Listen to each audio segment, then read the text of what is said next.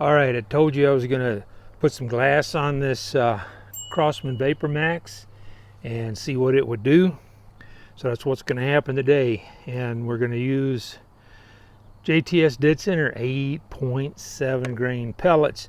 I'm just gonna use 6 pumps. We're at 30 yards. That's all I have in the yard here. So let's get started. All right. I'm not going to show you pumping this. I'm going to pump it 6 times, and I just want to speed this up because I want to try these other pellets. I hadn't had a chance to try these yet. These are also dead center, but they're 10.4 grain. I'm going to shoot the 8.7s with 6 pumps, and I'm pretty sure I need to pump these up to 10. I just want to see what they do, see if there's a point of impact shift or whatever they're going to do. All right, so here we go. I'm gonna start pumping. First shot. See what the velocity is on this. 670.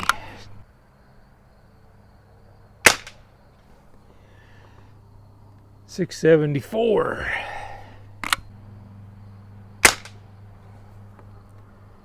676. I haven't tried these at any other speed. 6 pumps is where I chose to start. They may group better somewhere else. I don't know.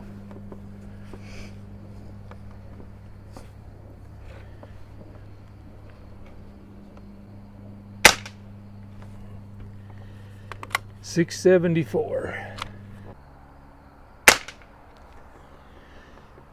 677.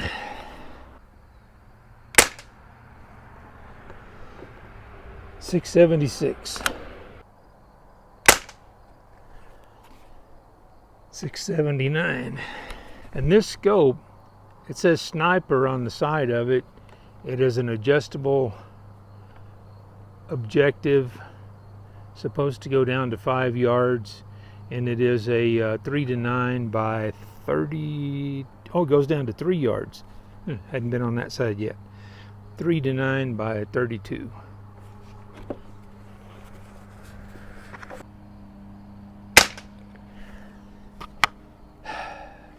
673.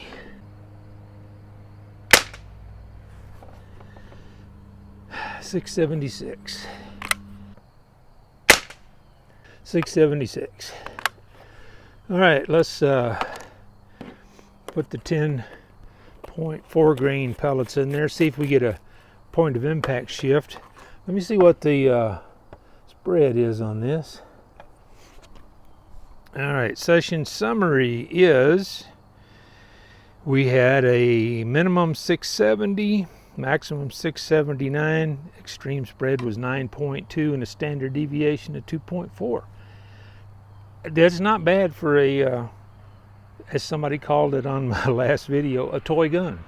All right, get the magazine in, and we're going for 10 pumps for the 10 grain pellets. I don't know if we'll get a point of impact shift or not. More than likely we will. Don't know if it's going to drop. I don't know what the velocity is going to do yet. Shooting at the dot on the right. 737. And that's either a big point of impact shift or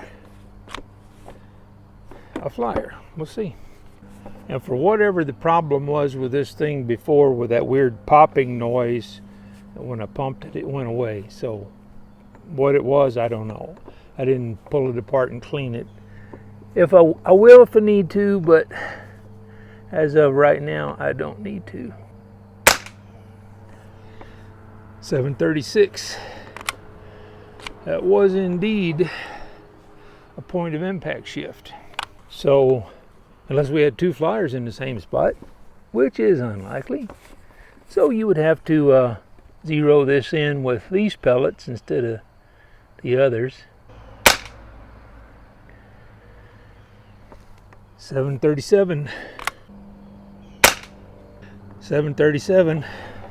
I guess I'm going through the second hole over and over or something. 736. 739.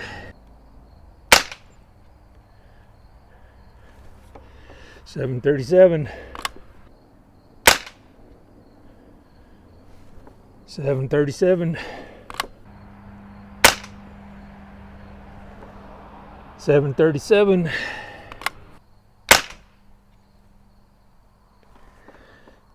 740.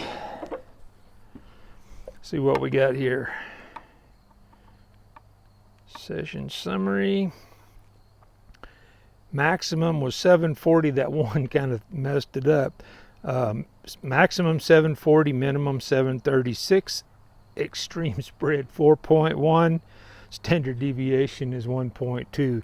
Not real bad for a toy gun. So I don't know. You know, not everybody needs a PCP. Not everybody wants a PCP. Not everybody. That's not a starting point for everyone. So I don't know.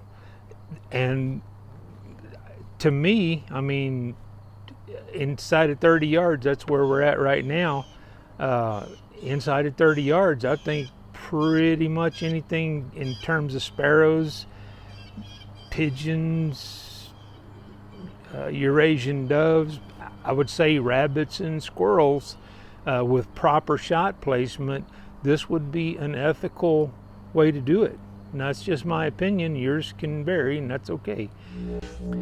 Oh, I haven't watched the video back, but it looked like the majority of the pellets went through that hole, and 2 or 3 of them went through here, and one went over here.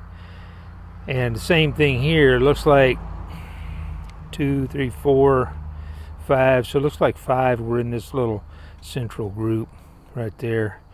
And there's a look at that little scope. I don't even remember where I got it.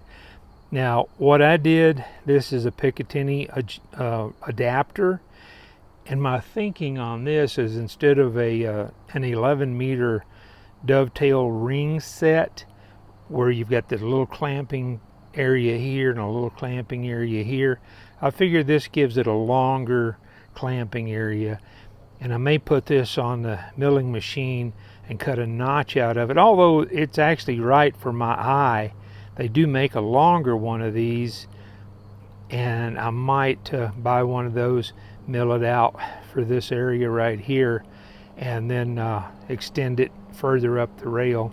But it seems like it's doing okay to me. So I had the 2 guys that kind of stood out to me. Well, there's one guy that stood out that was negative enough, he went away.